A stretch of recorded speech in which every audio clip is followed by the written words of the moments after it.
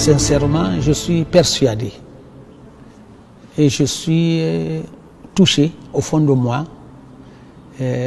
que l'islam, dans ce pays, au sein des musulmans, ça se porte mieux. Je dirais bien que ça se porte mieux que chez moi en Afrique. Pourquoi? Parce que ceux qui sont là, ils vivent ici en minorité. Les musulmans qui sont là en Europe, ils vivent ici en minorité. Or, les musulmans qui se trouvent chez moi en Afrique, nous sommes à 90% de musulmans. Et tant d'autres pays, des pays voisins, qui n'est pas moins de 60 à 90% de musulmans. Mais la pratique et la connaissance de l'islam, même si c'est mieux, mais aujourd'hui il y a l'infiltration de quelques idées qui ne corporent pas avec la pratique réelle de l'islam vrai, de vrai l'islam. Il faut se dire comme ça, surtout dans notre continent, comme vous le savez, surtout au niveau de la jeunesse. Mais la jeunesse aussi a appris au sein de certains pratiquants, prêcheurs, qui ne connaissent pas les fondements de l'islam, comme ça a été révélé par notre prophète Mohammed sallallahu alayhi wa sallam. Et je vous avoue que l'islam vrai, c'est une religion de tolérance, c'est une religion de paix, c'est une religion d'une coexistence pacifique. Et durant le temps que le prophète a fait avec ses compagnons, ils n'ont prêché que une islam tolérante, l'islam de bon voisinage. Je peux rappeler ici à tous les fidèles musulmans que ce n'est pas obligatoire que chaque musulman tient un Coran dans sa poche. Pour que chaque musulman ait un Coran dans sa poche, ce n'est pas ça qui est l'islam. Ce n'est pas ça qui est important.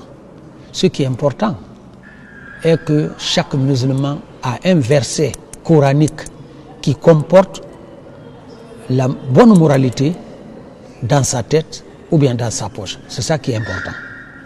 Si tu portes le Coran entier dans ta poche et que cette moralité que le musulman doit se comporter et que tu n'as pas ça, ça ne sert à rien.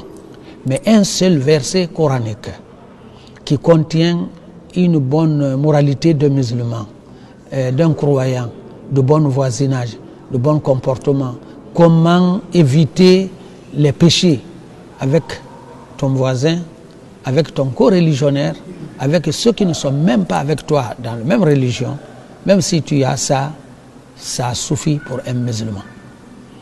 J'ai cité quelques exemples, ça ne finira jamais dans notre religion qu'un musulman, c'est quelqu'un qui accepte de cohabiter avec les autres religions.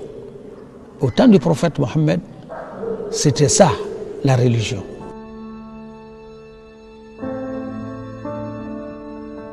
On a besoin d'éduquer la jeunesse. On a besoin d'encadrer la jeunesse.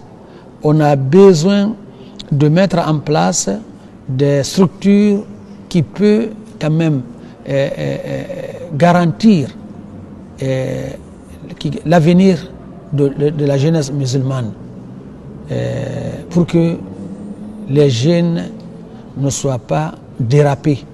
Sinon, si on les laisse maintenant comme ça, je pense que l'avenir ne serait pas bon pour nous.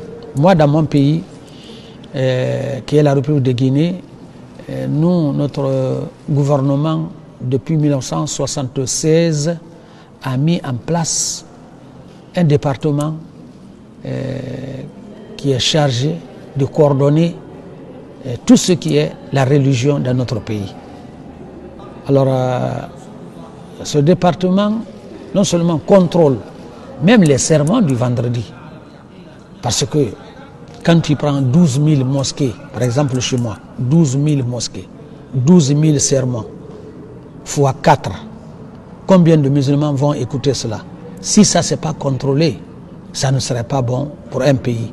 Parce que si on laisse les prêcheurs, chacun dit ce qu'il veut dire, et qu'il ne soit pas bien cadré, qu'il ne soit pas bien contrôlé, je pense qu'on va être dérapé, on ne pourra pas quand même contrôler à l'avenir. C'est pour cela il y a certains pays qui ont le contrôle de ce que les musulmans font, mais il y a certains aussi qui n'ont pas ce contrôle.